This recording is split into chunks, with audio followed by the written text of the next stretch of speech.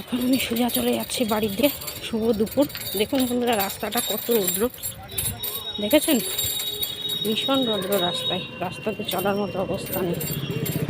শুভ দুপুর সবাইকে আমার তরফ থেকে।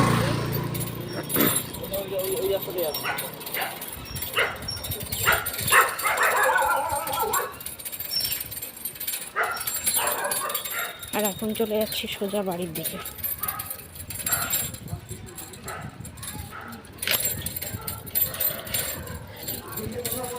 তো মেয়ের আজকে পড়া ছিল ওই 11টা 15 থেকে।